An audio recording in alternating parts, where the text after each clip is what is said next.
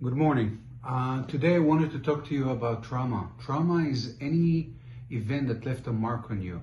It doesn't have to be sexual abuse, it doesn't have to be a rape, it can be a divorce, it can be moving from country to country, from a city to city, from one school to another, where in one school you were the most popular kid and then in another you were bullied. So a death of a person, a death of a dog, anything that left a mark on you and created a shift in your life, that is considered a trauma.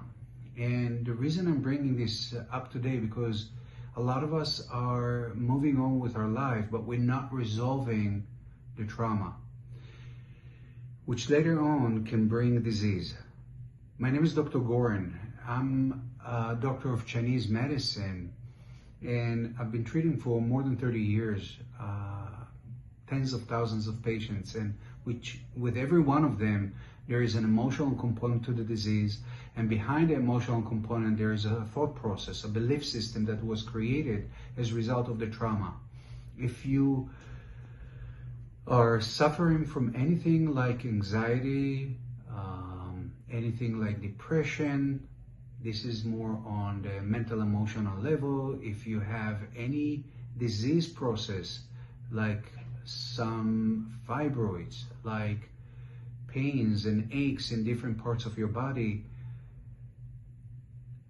99% of the time it will be involved with some sort of a stuck emotion or stuck thought process that is not serving you. And this is the purpose of this video.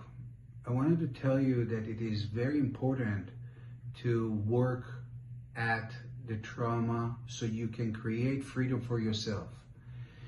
The thing is this, from birth, we are trained to think in terms of a physical reality, meaning you open your eyes and you're aware of the walls around you, the table in front of you, the camera in front of you, you're hungry, you want to eat an apple, you see a sunset.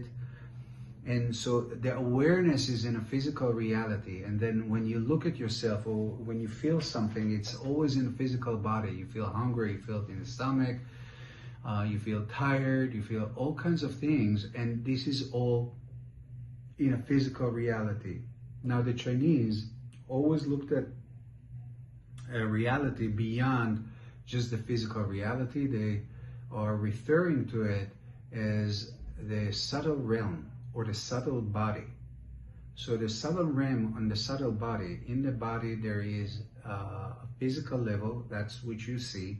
Around it there is an energetic body, which it's subtle so you don't see it, but it's there. And then around that there are emotions, and around that there is the mind, and then around that there is a spirit. And very much like that is the universe, how the universe is created. Now, the way it works is that the disease doesn't start in the physical level. It's manifesting there. It's trickling down from the spirit into the emotions, and from the emotions into stagnating.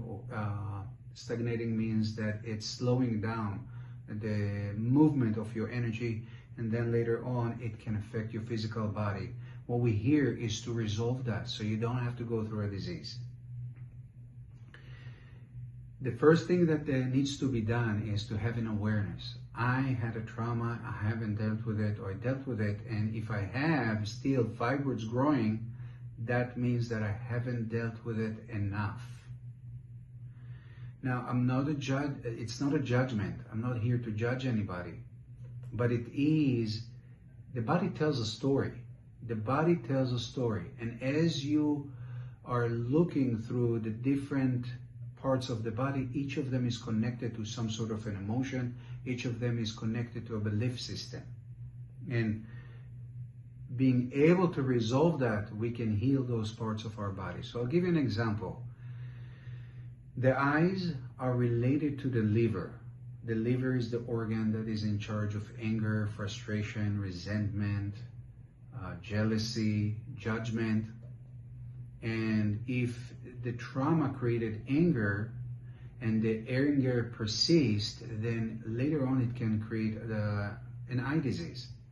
So the goal for us is to realize the organ to, from the organ to, from the eye, for example, from the eye to see where it is manifesting. It's coming from the liver. What's in the liver? There's anger. And what's the counterpart of the anger? It's compassion, kindness, benevolence. So how can I start turning it around? Now, it's usually you need a partner. You need some sort of a therapist, a coach, someone who understands that to help you shift your perspective, your framework.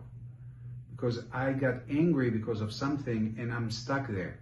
But if I'm starting to look at it from a compassionate point of view, from a different perspective, then I can change that. This video, I cannot help you with that, but I want you to understand that there are people out there that's what they do. They work with the emotions, they work with the mind, and they can help you resolve your trauma. And please do that so later on you don't have to suffer from a major disease. And it's much, much harder to treat disease than prevent disease. So when it's just in the energetic realm of it, it's much easier to treat that.